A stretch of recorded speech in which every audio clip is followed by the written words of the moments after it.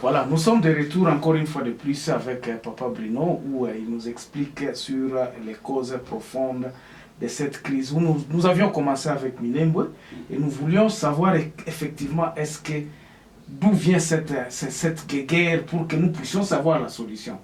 Maintenant que le Parlement en avait parlé, quel est votre point de vue sur ce qui s'est passé à l'interpellation du ministre Azarias Oubewa? Va-t-il démissionner? Quel est l'issue? Qu'est-ce que vous pensez que ça peut être un issue sur la situation de Minembwe? Je peux répondre? Oui, c'est déjà la question. Oui. Nous sommes là. Bon, écoutez, moi j'aimerais toujours, si vous le permettez, essayer de parler des causes profondes et expliquer la situation actuelle. Vous savez que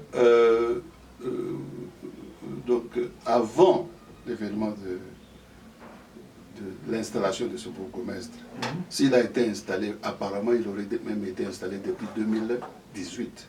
Cette question était donc adoptée en 2018. Pourquoi en 2018? Juste pendant la période des élections.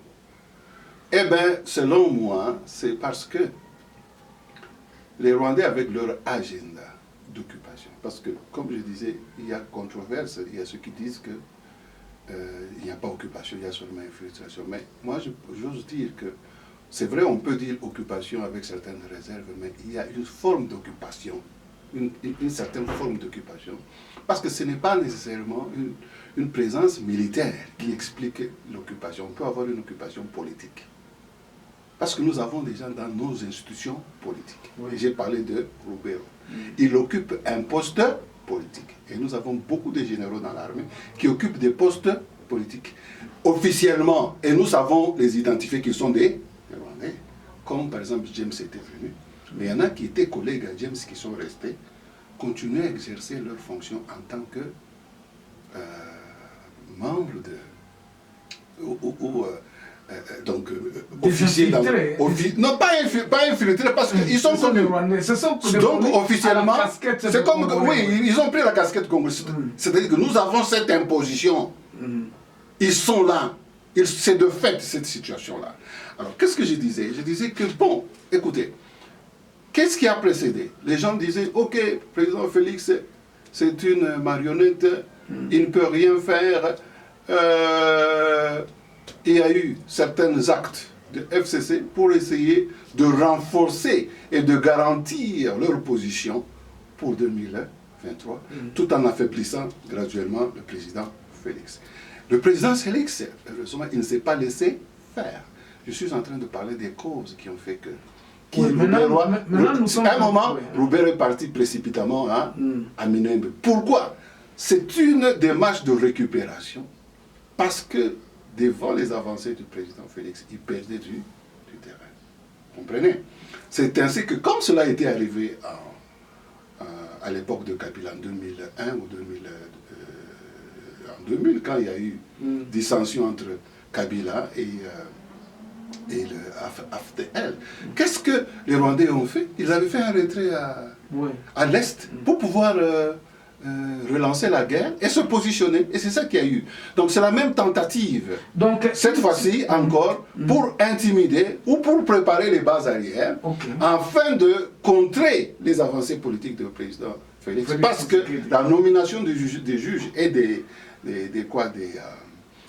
généraux, c'est un point capital. C'est pourquoi le jour de prestation des serments de ce juge à Kinshasa, ce jour-là, c'est-à-dire aujourd'hui, c'est une journée historique. Parce que maintenant, effectivement, vous avez entendu les déclarations des FCC qui accusent de violation de la Constitution.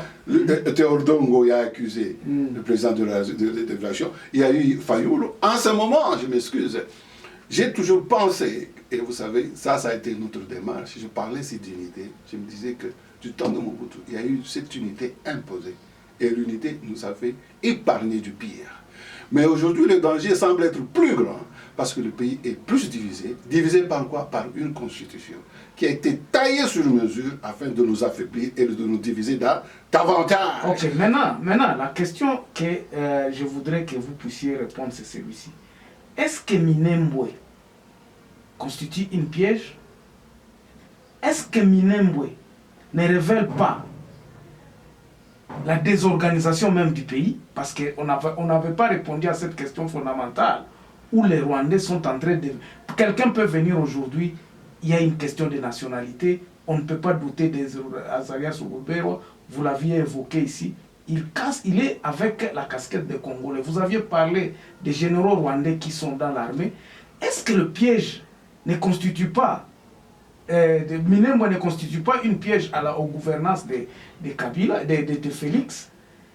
Est-ce que ce n'est pas une arme que l'ennemi de Félix... Mais je l'ai dit, oui, j'ai dit que c'est un cheval de Troie. Oui. C'est-à-dire, c'est pourquoi Kabila, Rubero s'est retiré à Minembwe. C'est pourquoi il est allé vite dans la précipitation. D'ailleurs, selon les... C'était une provocation justement pour attiser le feu. D'ailleurs, oui. Sur un dossier qui n'a jamais trouvé de réaction solution. pour empêcher le président Félix à renforcer son pouvoir. C'était une démarche pour bloquer le président Félix. C'était une démarche pour l'intimider.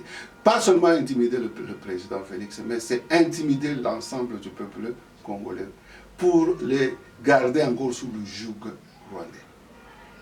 Parce que nous avons eu pendant 18 ans le règne de Kabila, mais c'est un règne de défi, où personne n'avait la liberté de s'exprimer comme cela se fait aujourd'hui au Parlement. Vous avez suivi l'interpellation.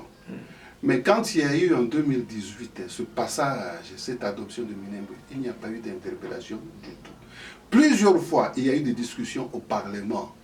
Qui n'aboutissaient pas. Qui n'aboutissaient pas parce que Kabila laissait passer l'agenda rwandais. C'est une interpellation pour le peuple congolais. Nous, Congolais, que ce soit de l'Est, là je veux insister, parce que vous savez, tout cela commence à partir de l'Est. L'Est a constitué la majorité des forces qui ont soutenu AFDL. Donc, quelque part, il y a cette responsabilité d'avoir soutenu cette rébellion.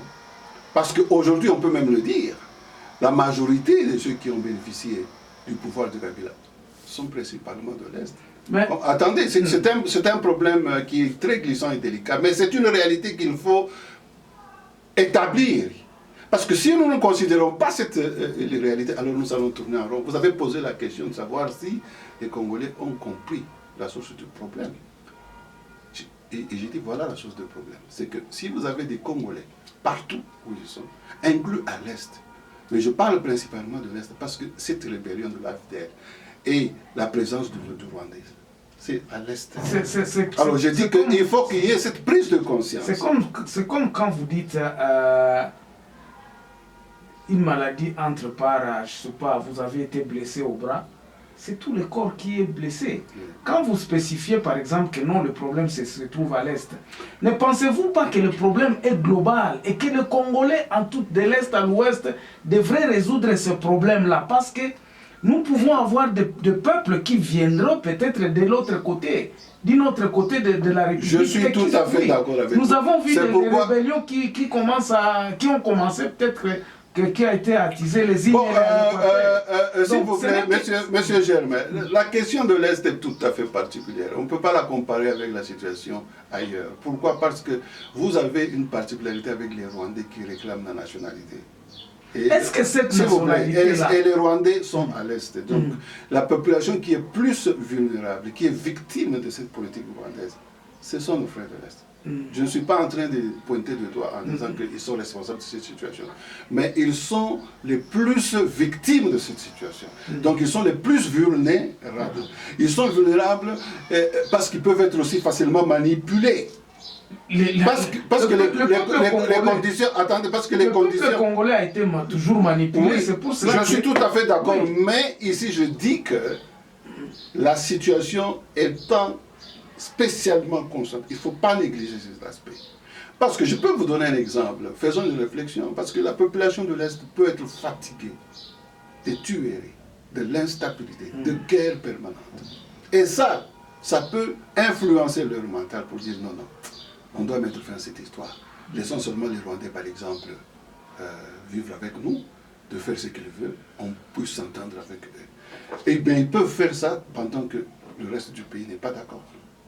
J'ai dit que notre population, nos frères de l'Est sont dans un problème sérieux parce que ce sont eux qui... Non, est-ce que les Congos...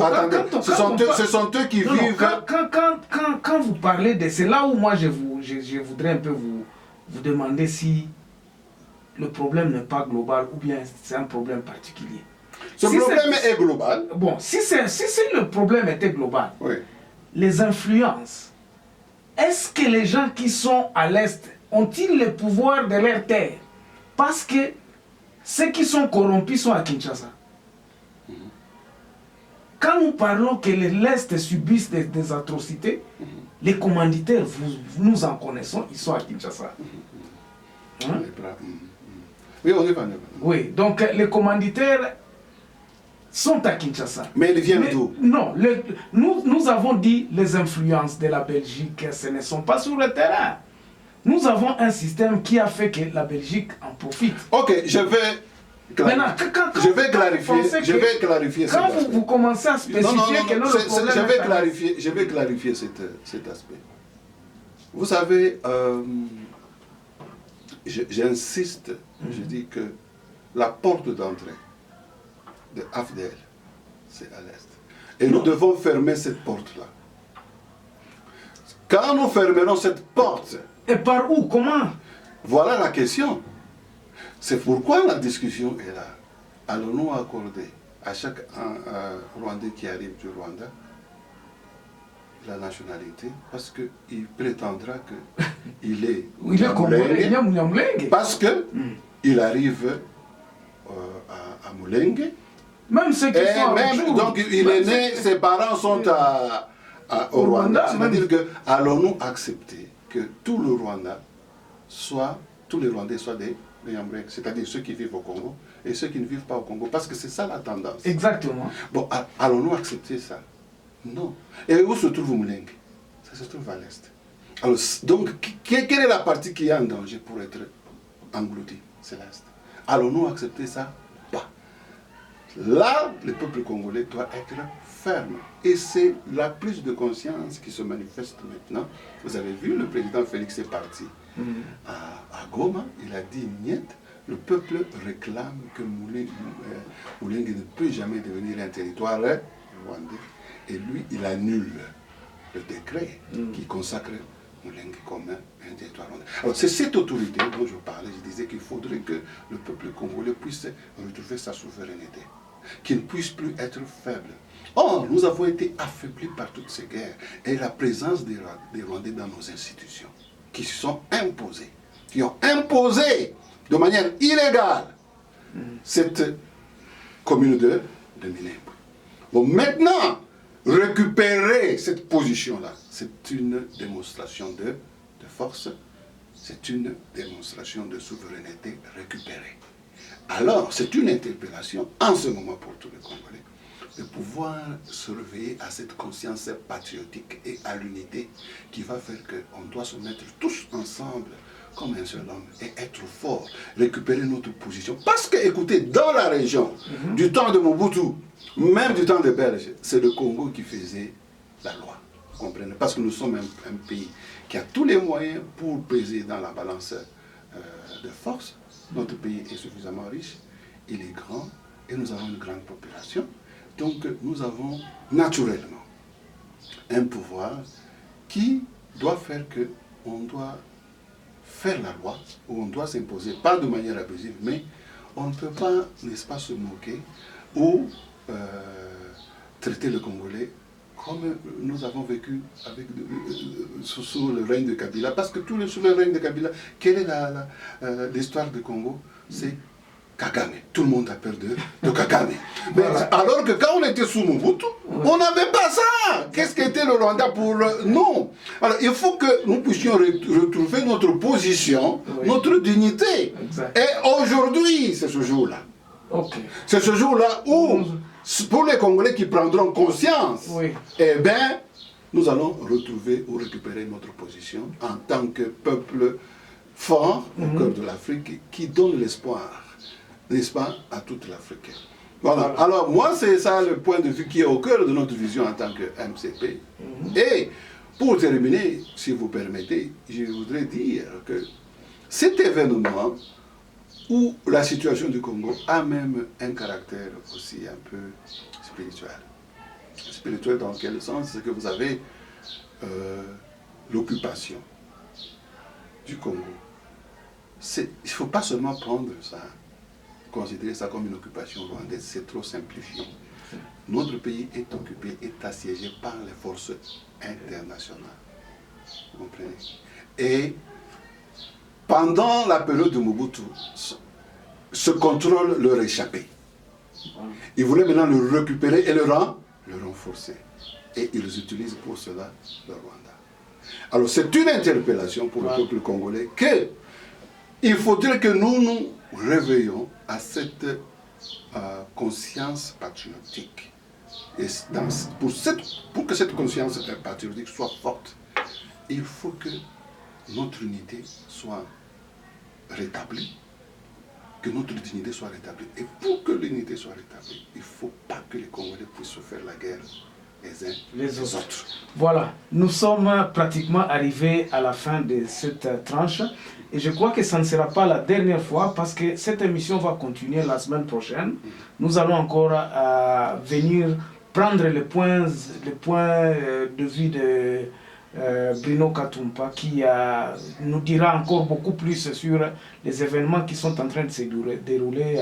Aujourd'hui, nous avions donc comme prestation de juge, nous allons venir voir. Vraiment, c'est un jour très important et historique. Donc, le peuple congolais, celui qui restera à la maison aujourd'hui, qui ne va pas participer directement ou indirectement, en appuyant la prestation de juge aujourd'hui, il aura trahi la conscience patriotique. Il aura trahi notre pays. Parce que nous avons chanté pendant longtemps que nous sommes sous l'occupation rwandaise.